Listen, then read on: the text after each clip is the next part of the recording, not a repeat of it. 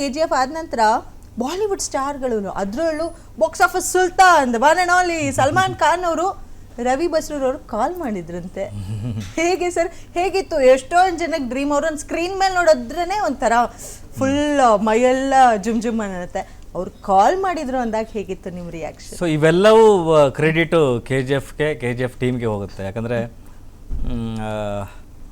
ಒಬ್ಬ ಟೆಕ್ನಿಷಿಯನ್ ಗುರುತಿಸುವಂಥ ಕೆಲಸ ಹೊಂಬಾಳೆ ಸಂಸ್ಥೆ ಮಾಡ್ತು. ನಿರ್ದೇಶಕರು ಪ್ರಶಾಂತ್ ನೀಲ್ ಅವರು ಮಾಡಿದ್ರು. ಪ್ರತಿಯೊಬ್ಬರು ಜನ ಕೂಡ ಅದನ್ನು ಏನು ನಾನು ಕೆಲಸವನ್ನು ಗುರುತಿಸಿ ಪ್ರಶಂಸೆ ಕೊಡದೇ ಇದ್ದಿದ್ರೆ ಮಿಕ್ಕಿದೆಲ್ಲವೂ ಆಗ್ತಾ ಇರಲಿಲ್ಲ. ಇಲ್ಲಿ ಎಲ್ಲರ ಪಾತ್ರ ತುಂಬ ಇದೆ. ಅದೆಲ್ಲವೂ ಕ್ರೆಡಿಟು ಜನರಿಗೆ ಹೋಗುತ್ತೆ. ಆ ದಿಕ್ಕಿನಲ್ಲಿ ನನ್ನನ್ನು ಬೆಟ್ಟು ತೋರಿಸಿ ನನ್ನನ್ನು ಗುರುತಿಸಿದವ್ರು ಎಲ್ಲರಿಗೂ ಹೋಗುತ್ತೆ. ಫಸ್ಟ್ ಟೈಮ್ ಅವ್ರು ಕಾಲ್ ಬಂದವಾಗ ನಾನು ತುಂಬ ಶಾಕ್ ಆದೆ. ಆ್ಯಕ್ಚುಲಿ ಶಾಕ್ ಅಂದರೆ ಹೌದಾ ನಡೀತಾ ಇರೋದು ಹೌದಾ ಅಂತ. ಅದಾದಮೇಲೆ ಆ್ಯಕ್ಚುಲಿ KGF ಚಾಪ್ಟರ್ 2ದೇ ವರ್ಕ್ ನಡೀತಾ ಇತ್ತು. ಆ್ಯಕ್ಚುಲಿ ನಮ್ಮ ಫೈಟ್ ಮಾಸ್ಟ್ರಿಗೆ ತುಂಬ ಥ್ಯಾಂಕ್ಸ್ಗಳು. ಅವ್ರನ್ನ ಪರಿಚಯ ಮಾಡಿಸ್ಕೊಟ್ಟಿದ್ದವ್ರೆ ಅನ್ಬೋರಿ ಸರ್ ಅವರು. ಕಮ್ಯುನಿಕೇಟ್ ಆಯಿತು. ಅದಾದಮೇಲೆ ಕೆಲಸ ಟೈಮಲ್ಲಿ ಹೇಳಿದ್ರು ಈ ಟೈಮಿಗೆ ಮುಗಿಸ್ಬೇಕು ಅಂತ. ನನ್ನ ಹತ್ರ ಸರ್ ಆ ಟೈಮಿಗೆ KGF ಚಾಪ್ಟರ್ 2 ಬರುತ್ತೆ, ಆಗಲ್ಲ ಸರ್, ದಯವಿಟ್ಟು ನೆಕ್ಸ್ಟ್ ಟೈಮ್ ಮಾಡೋಣ ಸರ್, ಈಗ ಆಗ್ತಾ ನನಗೆ ಈಗ ಫೋಕಸ್ಡಲ್ಲಿ ಇದ್ದೀನಿ ಇದಕ್ಕಂತ ಮಾತಾಡಿದ್ವಿ. ಅದಾದಮೇಲೆ KGF ಮುಂದೆ ಡೇಟ್ ಶಿಫ್ಟ್ ಆಯಿತು. ಅದಾದ್ಮೇಲೆ ಮತ್ತೆ ಕಾಲ್ ಬಂತು, ಈಗ ಡೇಟ್ ಶಿಫ್ಟ್ ಆಯ್ತಲ್ಲ, ಈಗ ಮಾಡ್ಕೊಡಿ ಅಂತ. ಅಷ್ಟು ಅಪ್ಡೇಟೆಡ್ ಆಗಿದ್ರು ಸಲ್ಮಾನ್ ಖಾನ್ ಅವರೇ. ಅವ್ರ ಟೀಮ್ ಎಲ್ಲರೂ ತುಂಬ ಫಾಲೋಅಪ್ ಅಲ್ಲಿದ್ದರು. ಅದಾದಮೇಲೆ ಆಯಿತು ಬನ್ನಿ ಅಂತ ಹೇಳಿ ಬಸ್ರೂರಿಗೆ ಅವರು ಟೀಮ್ ಬಂದರು. ಟೋಟಲಾಗಿ ಟೀಮ್ ಬಂದು ಸಿನಿಮಾ ತೋರಿಸಿದ್ರು. ಅಂತಿಮ್ ಅಂತ ಒಂದು ಸಿನಿಮಾ, ಮೊದಲನೇ ಸಿನಿಮಾ ಅವ್ರ ಪ್ರೊಡಕ್ಷನ್ಗೆ. ಅದನ್ನು ಮಾಡುವಂಥ ಕೆಲಸ ಆಯಿತು. ಪ್ರತಿ ಸಲಕ್ಕೂ ಅವ್ರ ಅಪ್ರಿಷಿಯೇಷನ್ ಕೇಳಿ ನೀವು ಹೇಗೆ ನೀವು ಸೌತ್ನವರೆಲ್ಲ ಇಷ್ಟು ಕೆಲಸ ಮಾಡ್ತೀರ, ಎಷ್ಟೊತ್ತಿಗೆ ಫೋನ್ ಮಾಡಿದ್ರು ಒಂದು ಸಿಂಗಲ್ ಟೇಕಿಗೆ ಫೋನ್ ಎತ್ತೀರಾ ಅಂತ ಹೇಳಿ ಅಂದರೆ ಪ್ರಶಂಸೆಗಳು ಹೆಂಗನೆ ಹೇಳಿದ್ರೆ. ಸೊ ನಮಗೊಂಥರ ಹೊಸ್ತಿದ್ದು. ಹೌದು, ನಾವು ನಮಗಿಲ್ಲಿ ಹೆಂಗನೆ ಹೇಳಿದ್ರೆ ದಿನ ಬೆಳಗಾದರೆ ಕೆಲಸ ಮಾಡು ಅಂತ ಕಲ್ತಿದ್ದು ನಾವು. ಓ ಅಲ್ಲ, ಹಂಗಾರೆ ಕೆಲಸ ಮಾಡೋರು ಕಮ್ಮಿ ಇದ್ದಾರಾ? ಓ ನಾವು ಮಾಡ್ತಾ ಇರೋ ಕೆಲಸನೇ ಕಮ್ಮಿ ಅಂತ ನಮಗೆ. ಸೊ ಅದು ಡೈಲಿ ವರ್ಕ್ ಮಾಡಿ ಕಳಿಸ್ತಾ ಇದ್ದೆ ಅವ್ರ ಟೀಮ್ ಜೊತೆಗೆ. ಟೀಮ್ ಒಂದು 10-15 ಜನ ನಮ್ಮಲ್ಲೇ ಬಂದು ಸ್ಟೇ ಮಾಡಿದರು ಬಸ್ರೂರಲ್ಲೇ.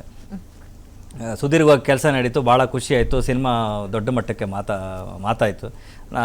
ಬ್ಯಾಕ್ಗ್ರೌಂಡ್ ಸ್ಕೋರ್ ಬಗ್ಗಂತೂ ತುಂಬ ಮಾತಾಡಿದ್ರು. ಸಲ್ಮಾನ್ ಖಾನ್ ಅವರೇ ಥಿಯೇಟ್ರು ಅಲ್ಲಾಡ್ಸ್ಕೊಡ್ತೀನಿ ಅಂತ ನಾನು ಬಾಯಿ ಮಾತಿಗೆ ಹೇಳಿದ್ದೆ, ನನಗಿರೋ ಕಾನ್ಫಿಡೆನ್ಸಲ್ಲಿ. ಏನು ವರಿ ಮಾಡಬೇಡಿ ಸರ್, ಥಿಯೇಟ್ರ್ ಅಲ್ಲಾಡತ್ತೆ ಗ್ಯಾರಂಟಿ ಅಂತ ಹೇಳಿದೆ. ಸೊ ಫಸ್ಟ್ ಶೋ ನಮ್ಮದು ಪ್ರೀಮಿಯರ್ ಶೋ ನೋಡಿದವಾಗ ಆದಂಥ ವೈಬ್ರೇಷನ್ ನೋಡಿ ಅವರು ಪ್ರೆಸ್ ಮೀಟಲ್ಲಿ ಹಂಗೆ ಹೇಳ್ಬಿಟ್ರು. ಅದೊಂದು ದೊಡ್ಡ ನನಗೆ ಸಿಕ್ಕಂಥ ಕಾಂಪ್ಲಿಮೆಂಟ್ರಿ. ಅದಾದಮೇಲೆ ಮುಗೀತು, ನಾವು ಹೊರಗಡೆ ಬಂದ್ವಿ. ಅದಾದಮೇಲೆ ಅಜಯ್ ದೇವಗನ್ ಅವ್ರ ಕಾಲ್ ಕಡೆಯಿಂದ ಸಿಕ್ತು. ಅದು ಅಷ್ಟೇ, ಬೆಂಗಳೂರು ಮೂಲದವರೇ ಅವರಿಗೆ ಪರಿಚಯ ಮಾಡಿಸಿ ನನಗೆ ಅವ್ರ ಸಿನಿಮಾಗೂ ಕೆಲಸ ಮಾಡೋ ಥರ ಆಯಿತು. ಅದೇ ಹೇಳಲ್ಲ, ಎಲ್ಲ ಕಡೆಗೂ ನಮ್ಮವರು ನಮಗೆ ಗೊತ್ತಿಲ್ಲದಂಗೆ, ಪ್ರತಿಫಲಾಪೇಕ್ಷೆ ಇಲ್ದಂಗೆ ಒಂದಲ್ಲ ಒಂದು ಏನು ಪ್ರತ್ಯಕ್ಷವಾಗಿ ಪರೋಕ್ಷವಾಗಿ ನಮ್ಮನ್ನು ಗುರುತಿಸ್ತಾ ಬಂದಿದ್ದಾರೆ. ಅವರೆಲ್ಲರ ಒಂದು ಪಾಯಿಂಟ್, ಓಕೆ ರವಿಗೆ ಇದನ್ನು ಸಿಗಬೇಕು, ಇದು ಆಗಬೇಕು, ಅವರು ಹೊರಗಡೆ ಹೋಗಬೇಕು, 4 ಜನ ಜೊತೆ ಕೆಲಸ ಮಾಡಬೇಕು ಅಂತ ಅವರು ಕಂಡಂಥ ಕಲ್ಪನೆಗಳಿಗೆ ನಾನು ದಾರಿಯಾಗಿದ್ದೀನಿ ಅಷ್ಟೇ. ಅವ್ರ ಜೊತೆಗೆ ಸಿನಿಮಾ ಮಾಡುವಂಥ ಭಾಗ್ಯ ಸಿಕ್ತು. ಅವರು ಅಷ್ಟೇ, ಅವ್ರದ್ದು 10-15 ಜನ ಕ್ರೂಸ್ಗಳು ಬಂದು ಊರಲ್ಲಿ ಸೆಟ್ಲ್ ಆದರು. ಇವೆಲ್ಲವೂ ಒಂದು KGFಯಿಂದ ಸ್ಟಾರ್ಟ್ ಆದಂಥ ದಾರಿ ಅದನ್ನು ತಗೊಳ್ತಾ ಹೋಯ್ತು. ಅದಾದಮೇಲೆ ಸಲ್ಮಾನ್ ಖಾನ್ ಪ್ರೊಡಕ್ಷನ್ ಇನ್ನೊಂದು ಕಾಲ್ ಬರ್ತದೆ, ನಂಗೆ ಗೊತ್ತಿರಲ್ಲ, ಕಿಸಿಕಾ ಬಾಯ್ ಕಿಸಿಕಿ ಜಾ. ಸೊ ಅದು ಬಂದವಾಗ ಇನ್ನೂ ಓಕೆ ನನ್ನ ಕೆಲಸ ನಿಂತಿದೆ ಅಂತ, ಮತ್ತೆ ಪುನಃ ಕರಿತಾ ಇದ್ದಾರೆ ಅಂತ ಹೇಳಿದ್ರೆ ನನ್ನ ಕೆಲಸ ನಿಂತಿದೆ ಅಂತ ಆಯಿತು. ಸೊ ಆ ಸಿನಿಮಾವು ಅದ್ಭುತವಾಗಿ ಬಂತು. ನನ್ನ ಭಾಗದಲ್ಲಿ ಏನೆಲ್ಲ ಸದ್ದು ಮಾಡಬೇಕು ಕೆಲಸದಲ್ಲಿ ಅದೆಲ್ಲ ಸದ್ದು ಮಾಡ್ತು. ಹೀಗೆ ಒಂದಲ್ಲ ಒಂದು ನಡೀತಾ ಇದೆ. ಸಲ್ಮಾನ್ ಖಾನ್ ಆಗಿರ್ಬೋದು, ಅಜಯ್ ದೇವಗನ್ ಅವರಾಗಿರ್ಬೋದು, ಕನ್ನಡದ ಬಗ್ಗೆ ಏನಾದರೂ, ನಮ್ಮ ಆಕ್ಟರ್ಗಳ ಬಗ್ಗೆ ಏನಾದರೂ ಮಾತಾಡಿದ್ದು ತಮ್ಮ ಹತ್ರ? ನಮ್ಮ ಕೋಸ್ಟಲ್ ಏನೋ ನಮ್ಮ ಟೋಟಲ್ ನಮ್ಮ ಏನು ಅರ್ಧ ಭಾರತದ್ದೇನಿದೆ ಅದ್ರ ಬಗ್ಗೆ, ನಮ್ಮ ಕೆಲಸಗಾರರ ಬಗ್ಗೆ ಎಲ್ಲರೂ ಮಾತಾಡೋದು ನಮ್ಮ ಕೆಲಸಗಾರರ ಬಗ್ಗೆ. ಅಂದರೆ ಟೆಕ್ನಿಷಿಯನ್ ಅಂತ ಹೇಳಿದ್ರೆ, ಸಿನಿಮಾ ಅಂತ ಹೇಳಿದ್ರೆ ಕೆಲಸ ಮಾಡುವ ಒಂದು ಭಾಗ ಇದ್ದಿದ್ರೆ ನಮ್ಮ ಏನು ದಕ್ಷಿಣ ಭಾರತ ಅಂತ ಅವರು ಇದು ಮಾಡ್ತಾರೆ. ಸೊ ಅದು ದೊಡ್ಡ ಕ್ರೆಡಿಟ್ ನಮಗೆ. ನಾವು ಅಂದರೆ ಎಲ್ಲೂ ಹೋದರೂ ನಾವು ಸುಮ್ಮನೆ ಕೂರೋರಲ್ಲ, ಕೆಲಸ ಮಾಡೋರಂತ ಸಾಕ ನಮ್ಗೆ ಆ ಪಟ್ಟ ಕೊಟ್ಟರಲ್ಲ, ಖುಷಿ ಆಯಿತು. ಸೊ ಅದಾದ ನಂತರ ತೆಲುಗು ಇಂಡಸ್ಟ್ರಿಯಲ್ಲೂ ಕೂಡ ತಾವು ತಮ್ಮ ಚಾಪನ್ನ ಮೂಡಿಸಿದ್ರಿ. ಸೊ ಪ್ರಭಾಸ್ ಅವ್ರ ಜೊತೆ ಕೆಲಸ ಮಾಡಿದ್ದಾಗಿರಬಹುದು. ಸೊ ಪ್ರಭಾಸ್ ಅವ್ರು ಹೇಗೆ ಸರ್? ನಾವಂತೂ ಆನ್ ಸ್ಕ್ರೀನ್ ನೋಡಿದೀವಿ, ಸಖತ್ತಾಗಿ ಆಕ್ಟ್ ಮಾಡ್ತಾರೆ ಗೊತ್ತು. ಹಾಗೆ ಕೇಳಿದೀವಿ ಕೂಡ ಸೆಟ್ ನಲ್ಲಿ ಪ್ರಭಾಸ್ ಅವ್ರು ಏನಾದ್ರು ಇದ್ರು ಅಂದ್ರೆ ಹೊಟ್ಟೆ ಫುಲ್ ಭರ್ತಿ ಆಗೋದು, ಅಷ್ಟೊಂದು ಭೋಜನಗಳಿರೋದು, ಅಷ್ಟೊಂದು ತರತರವಾಗಿರುವಂತದ್ದಿರೋದು ಅಂತ. ಸೊ ಹೇಗಿತ್ತು ಅವ್ರ ಜೊತೆ ವೈಯಕ್ತಿಕವಾಗಿ ಕೆಲಸ ಮಾಡ್ದಂತ? 2 ಸರಿ ನಾವು ಭೇಟಿಯಾಗಿದ್ವಿ. 2 ಸರಿ ಇದರಲ್ಲೂ ಅದೇ ಟೇಬಲ್ ಫುಲ್ ಫುಡ್ ಇರುತ್ತೆ, ತಿನ್ಲೇಬೇಕು ಅಂದ್ರೆ ಅಷ್ಟು ವೆರೈಟಿ ಇರುತ್ತೆ. ಅದಾದ್ಮೇಲೆ ತುಂಬಾ ಫ್ರೆಂಡ್ಲಿ ಮನುಷ್ಯ. ಅದಾದ್ಮೇಲೆ ಸಿನಿಮಾ ಬಗ್ಗೆ ಇರುವಂಥ ಪ್ಯಾಷನ್. ತೆಲುಗು ಇಂಡಸ್ಟ್ರಿ ಅಂದರೆ ಹಾಗೆ ಸಿನಿಮಾ ಬಗ್ಗೆ ಎಲ್ಲ ಕಡೆಗೂ ಪ್ಯಾಷನ್ ಇದೆ, ಬಟ್ ಅಲ್ಲಿ ಸಿನಿಮಾನ ನೋಡುವಂಥ ದೃಷ್ಟಿಕೋನ ಬೇರೆ ಇದೆ. ಅಂದರೆ ಅದೊಂದು ಸೆಲೆಬ್ರೇಷನ್ ಅನ್ನೋ ಥರದಲ್ಲಿ ನೋಡ್ತಾರೆ. ಆ ಸಿನಿಮಾ ಕೆಲಸ ಮಾಡ್ತಾ ಅಂದರೆ ಪ್ರಶಾಂತ್ ಸರ್ ಅವ್ರ ವಿಷನ್ನೇ ಹಾಗೆ ಇತ್ತು, ಒಂದು ಇದನ್ನ ಬೇರೆ ಥರದಲ್ಲಿ ತೋರಿಸ್ಬೇಕು ಅಂತ.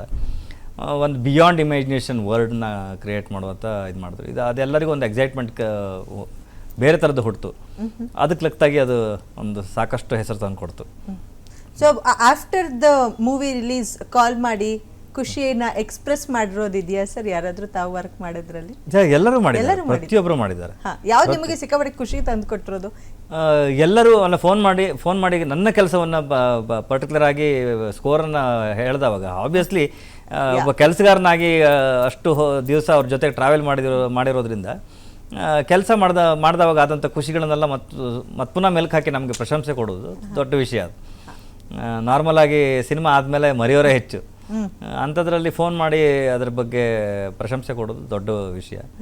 ಭಾಳ ಖುಷಿ ಆಯ್ತು. ಆ್ಯಂಡ್ ಜೂನಿಯರ್ NTR ಅವ್ರನ್ನ ಬಸರೂರಿಗೆ ಕಟ್ಸಿದ್ರಿ, ಅವ್ರ ಅಮ್ಮ ಕುಂದಾಪುರದವರು. ಸೊ ಹೇಗಿತ್ತು ಆ ಖುಷಿ ಅವರಿಗೆ? ಆಫ್ಟರ್ ವೆರಿ ಲಾಂಗ್ ಟೈಮ್ ಬಂದಿರೋದು ಅನ್ಸುತ್ತೆ ಕುಂದಾಪುರಕ್ಕೆ. ತುಂಬ ಅಂದರೆ ಒಂದು ಯಾವುದೋ ಒಂದು ಏನು ಲೈವ್ ಶೋಸಲ್ಲಿ ನಾವು ಭೇಟಿಯಾಗಿದ್ವಿ. ಆ ಟೈಮಲ್ಲಿ ಅವರು ಕುಂದಾಪುರದವ್ರು ಅಂತ ಎಲ್ಲರಿಗೂ ಗೊತ್ತಾಯಿತು. ಅದಾದಮೇಲೆ ಯಾವಾಗ ಮುಹೂರ್ತ ಆಯಿತು ಅವತ್ತಿಂದ ನಾವು ಪ್ರತಿ ಸಲ ಸಿಕ್ಕಿದವಾಗೂ ತುಂಬ ಚೆನ್ನಾಗಿ ಕನ್ನಡದಲ್ಲಿ ಮಾತಾಡ್ತಾರೆ ನಮ್ಮ ಹತ್ರ. ಫೋನ್ ಕಮ್ಯುನಿಕೇಷನಲ್ಲೂ ಈಗ ಕಾಂಪೋಸಿಂಗೆಲ್ಲ ಏನು ಸ್ಟಾರ್ಟ್ ಮಾಡೋಕ್ಕಿಂತ ಬಿಫೋರು ಫೋನ್ ಕಮ್ಯುನಿಕೇಷನಲ್ಲಿ ಮಾತಾಡಿದ್ವಿ. ಸರ್ ಫೋನ್ ಮಾಡಿ ಕೊಡ್ತಿದ್ವಿ, ನಿಮ್ಮ ಹತ್ರ ಮಾತಾಡಬೇಕಂತೆ ಒಂದ್ಸಲ ಮಾತಾಡಿ ಅಂತ. ಈ ಸಿನಿಮಾ ಹೆಂಗೆ ಮಾಡಬೇಕು ಅಂದರೆ ಎಲ್ಲರೂ ಸಿನಿಮಾ ಅದಕ್ಕೋಸ್ಕರ ಅನ್ಸುತ್ತೆ ಎಲ್ಲರೂ ಆ ಮಟ್ಟಕ್ಕೆ ಬೆಳೆದಿರುವಂಥದ್ದು. 24 ಗಂಟೆ ಆಲೋಚನೆ ಮಾಡೋದೇ ಈ ಸಿನಿಮಾನ ಹೆಂಗೆ ಮಾಡೋಣ, ಇದನ್ನು ಜನರಿಗೆ ಹೆಂಗೆ ತಲುಪೋಣ ಅಂತ. ಸೊ ಆ ದಿಕ್ಕಲ್ಲಿ ನಮ್ಮ ಪಾಲಿಗೆ ಬಂದಂಥ ಅದೃಷ್ಟ, ನಮ್ಮ ಊರಿಗೆ ಬಂದರು ಅವರು. ಹೌದು, ಹೇಗಿತ್ತು ಸರ್ ಊರಿನ ಅಟ್ಮಾಸ್ಫಿಯರ್ ಅವಾಗ? ಜೂನಿಯರ್ NTR ಬರ್ತಿದ್ದಾರೆ. ಖಂಡಿತ ನಾವಂತೂ ಸೆಲೆಬ್ರೇಷನ್ ಥರ ಮಾಡ್ಕೊಂಡಿದ್ವಿ.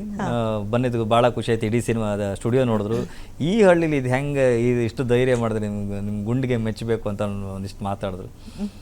ಭಾಳ ಖುಷಿ ಆಯ್ತು. ನಮ್ಮ ಇದಕ್ಕೆ ನಾವು ಅಂದ್ಕೊಂಡಿರಲಿಲ್ಲ, ಸಡನ್ನಾಗಿ ಫಿಕ್ಸ್ ಆಯಿತು, ಸಡನ್ನಾಗಿ ಬಂದರು. ಆ್ಯಸ್ ಎ ಒಬ್ಬ ಹಳ್ಳಿಗನಾಗಿ ಅಂಥ ಸ್ಟಾರು ನಮ್ಮ ಹಳ್ಳಿಗೆ ಬಂದರು ಅನ್ನೋಂಥ ಏನು ನಾವು ಭಾಳ ತೃಪ್ತಿಯಲ್ಲಿದ್ದೀವಿ ಅದರಲ್ಲಿ. ನಿಮ್ಮ ಜೊತೆಗೆ ಆ ಹಳ್ಳಿಯ ಹೆಸರು ಕೀರ್ತಿನೂ ಬಹಳಷ್ಟು ಬೆಳೆಸ್ಬಿಟ್ಟು ಎಲ್ಲ ಅದು ಭಗವಂತನ ಆಶೀರ್ವಾದ. ಬರ್ದಿದ್ದನ್ನ ಯಾರು ಉಳಿಸ್ಲಿಕ್ಕೆ ಸಾಧ್ಯ ಇಲ್ಲ.